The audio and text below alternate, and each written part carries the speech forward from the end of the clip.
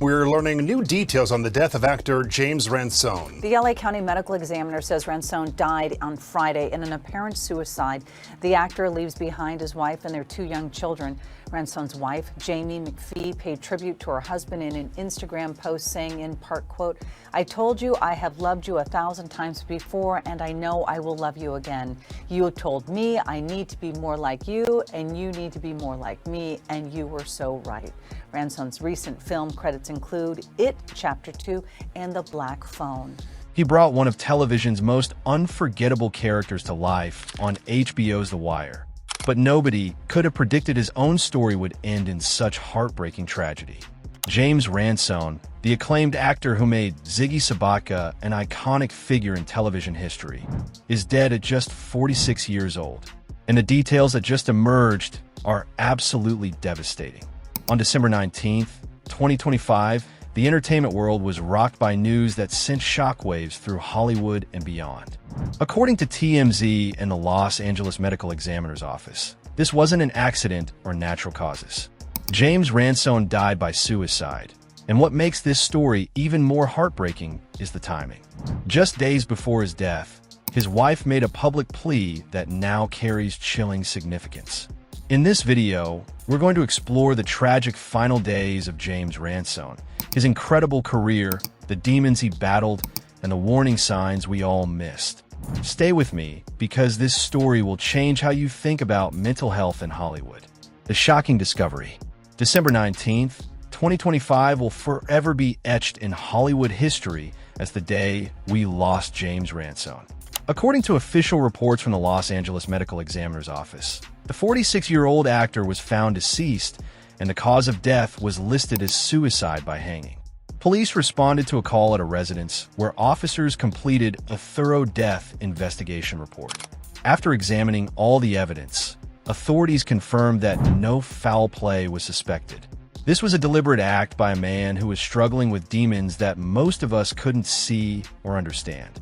The location, the circumstances, and the timing all point to a tragedy that could have been prevented if only someone had known the depth of his pain. His wife's heartbreaking plea. What makes this tragedy even more devastating is what happened just days before James took his own life.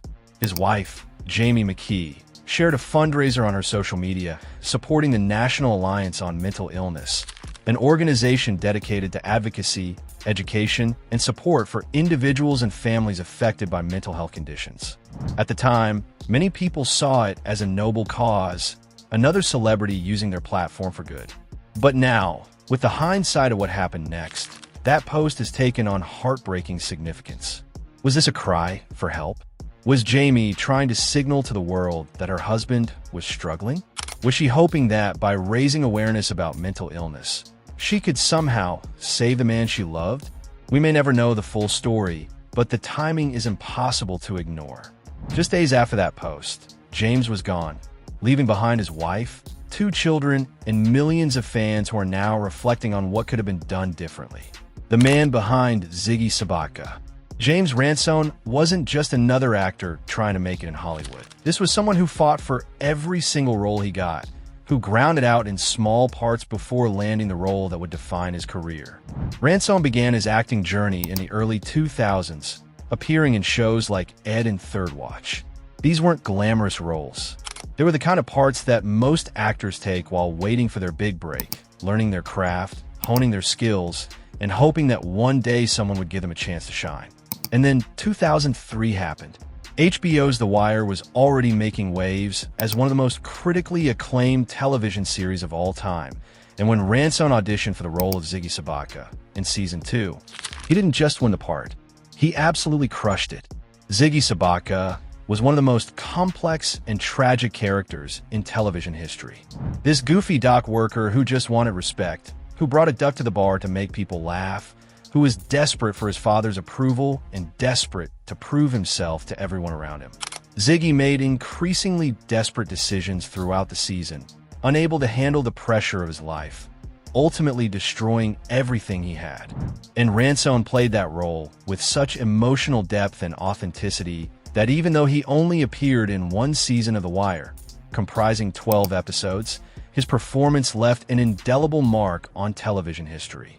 Critics praised him universally, and fans still call Ziggy their favorite character from the entire series, which is saying something considering the incredible ensemble cast that show had.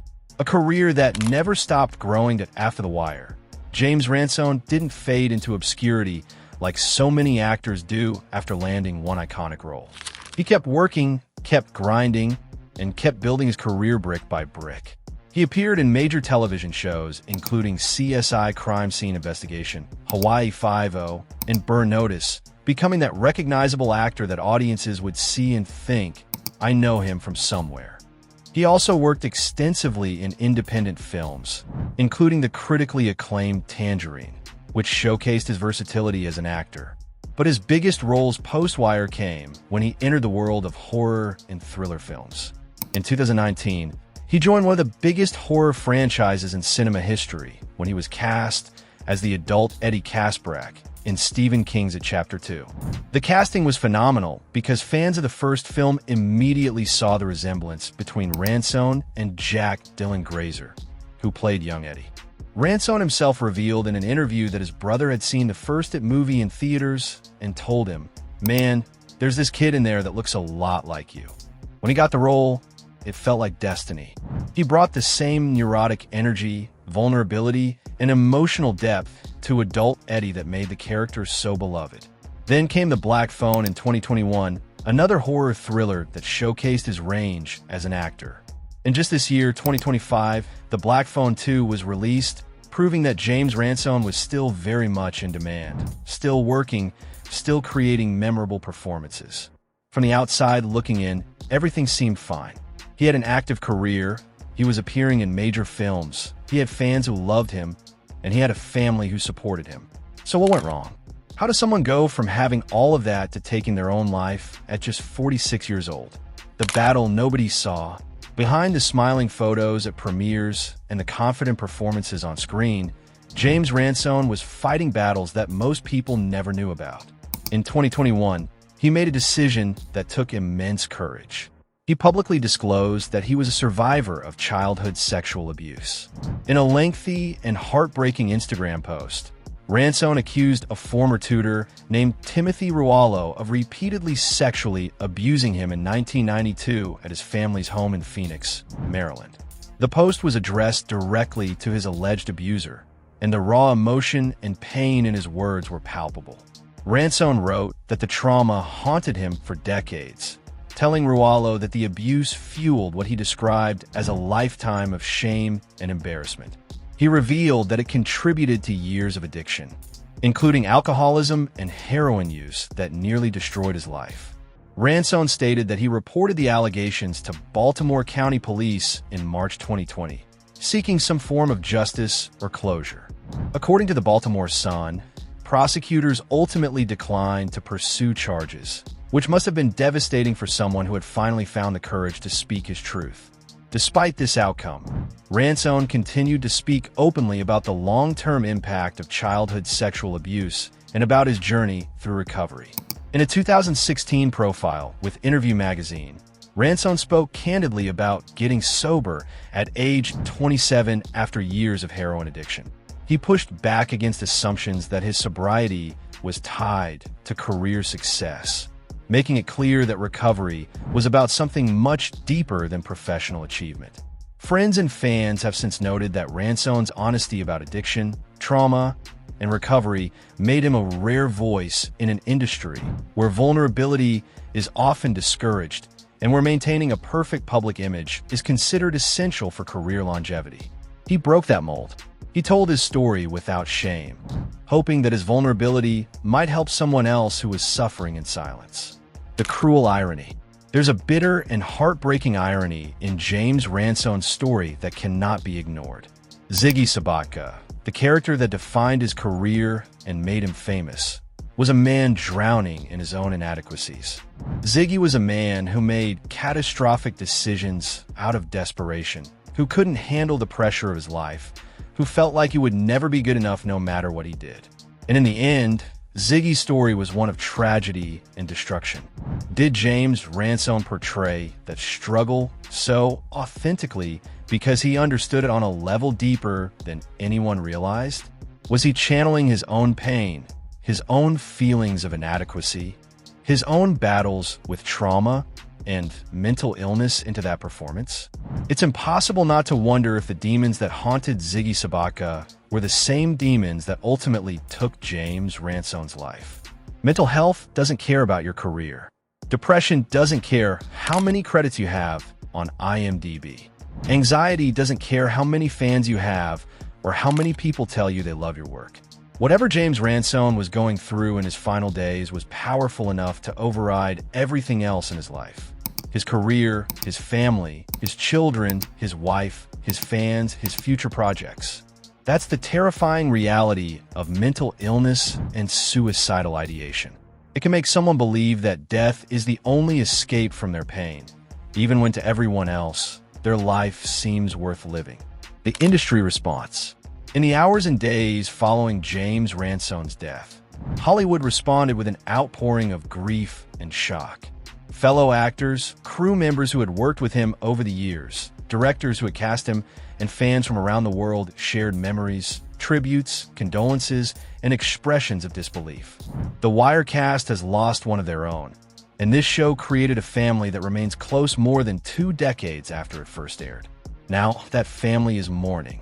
The horror community is also in mourning, as Ransone's work in it Chapter 2 and the Black Phone franchise had made him beloved to an entirely new generation of fans who might never have watched The Wire. Social media was flooded with people sharing their favorite Ziggy Sobotka moments, recounting times they met James at conventions or fan events, and expressing regret that they didn't reach out or say something or somehow intervene. But that's the nature of these tragedies. We always wish we had done more after it's too late. The statistics we can't ignore. James Ransone's death is not just a Hollywood tragedy. It's part of a much larger crisis that affects millions of people every single year. According to the Centers for Disease Control and Prevention, suicide is the 11th leading cause of death in the United States. Over 48,000 people die by suicide in America annually, and for every completed suicide, there are approximately 25 attempts. That means hundreds of thousands of people every year are in so much pain that they actively try to end their own lives.